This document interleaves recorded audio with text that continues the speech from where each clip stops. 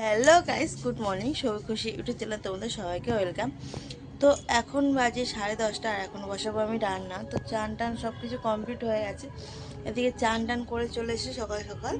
তো এখন বসাবো রান্না। তো আমি ঘরে থেকে বাইরে বেরোচ্ছি, দেখো। আর এদিকে সব সবজি টবজি নিয়ে এসেছি। সকালবেলা গেছিলাম সবজি আনতে, তো সবজি পাইনি।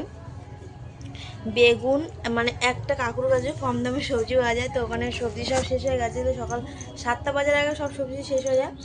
বেগুন, সজনে ডাঁটা, টমেটো আর লঙ্কা পেয়েছি, আর কিছুই পাইনি, সব শেষ হয়ে গেছিলো। আর ক্যাপসিকাম ছিল, কিন্তু ক্যাপসিকাম আমাদের বাড়ি কেউ খায় না বলে ক্যাপসিকাম আমি নিইনি।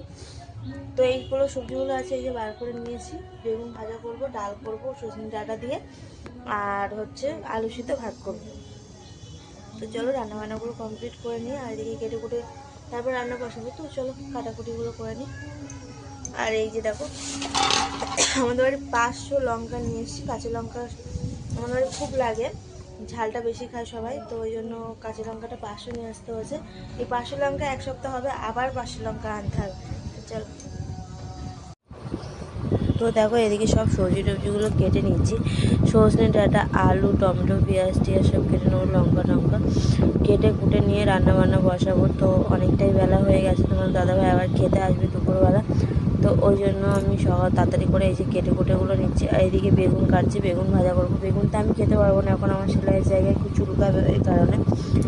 তো ওদের জন্য বেগুন ভাজা করে দেবো, আর আমার জন্য ডাল আলু সিদ্ধ ভাত করব। সবাই খাবো, কিন্তু বেগুন ভাজাটা আমি শুধু খাবো না। তো তারপরে দেখো আমার যা এদিকে চলে এসেছে, ও এসে চাল টালগুলো বেছে দেবো। রেশনের চাল আমরা খাই, তো রেশনের চালের মধ্যে এক ধরনের প্লাস্টিকের চালের মধ্যে থাকে, তো ওই চালটা রেখে দিলে ভাতটা নরম হয়ে যায়। তো ওই জন্য আমার যা চাল ডালগুলো বেছে দিচ্ছে, আর আমি এদিকে সব সবজি টবজিগুলো কেটে কুটে নিচ্ছি, নিয়ে রান্না বসাবো। তো অন্য অন্য দিন আমার যা সবজি টবজিগুলো কেটে দেয়, আর ঘরের কাজবাজ সব বলতে গেলেই করে, আর রান্নাবান্নাগুলো শুধু আমি করি। আমার মেয়ে কাপড় কাপড় কেচে দেওয়া, সমস্ত কাজবাজি জল টলগুলো ভরা ও করে। আর কি বলতো, দুজন মিলেমিশে না করলে একটু প্রবলেম হয়ে যায়, কারণ ও প্রেগনেন্ট, আমি এখন সবে বাচ্চার মা হয়েছি। তো ওই জন্য দুজন মিলেমিশে সব কিছু করি।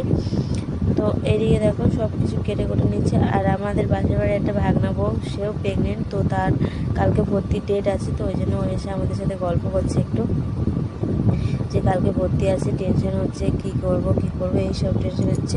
তো তারপরে দেখো এদিকে ভাত আর ডাল সিদ্ধ বসিয়ে দিয়েছি। তারপরে তোমাদের দাদাভাই রাতেরবেলা চিকেন নিয়ে এসেছিলো। কাল আমার শাশুড়িমা চলে যাবে, আর শাশুড়িমা আজ এক সপ্তাহ ধরে আছে এখানে। তো এখন উনি বাড়ি যাওয়ার জন্য পাগল হয়ে আছে গ্রামের বাড়িতে, তো কালকে চলে যাবে। তো আমি বললাম একটু চিকেন নিয়ে আসো, মা খেয়ে যাক, রান্নাবান্না করে দিই।